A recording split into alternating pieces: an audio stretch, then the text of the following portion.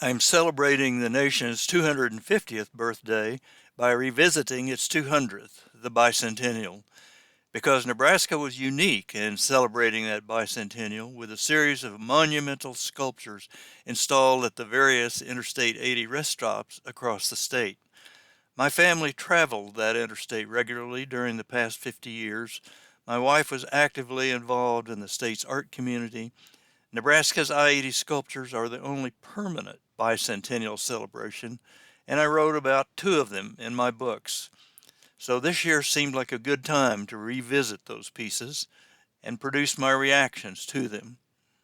Memorial to the American Bandshell by Richard Field is located in the rest stop near Ashland, Nebraska, and the Platte River.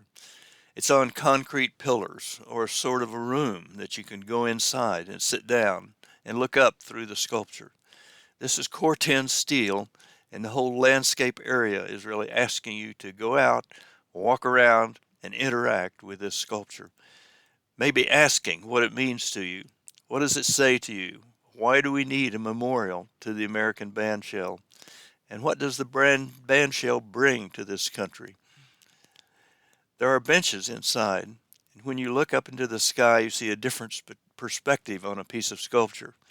Every way you look at it, it appears different, even though it's very simple construction out of steel sheets.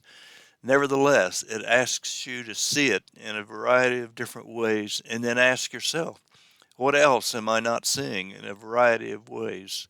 What is the sculpture teaching me about how to look at my environment and the things that are in that environment in a variety of ways? And that includes not only the constructed environment, but also the living environment and the humans in it. When I was there, lo and behold, here's a collared dove, an immigrant into the United States, picking up twigs to obviously make a nest. Some folks would call it invasive, but my guess is that the Native Americans, whose history is written in this plaque, might call me an invasive species. Thanks for joining me on this trip.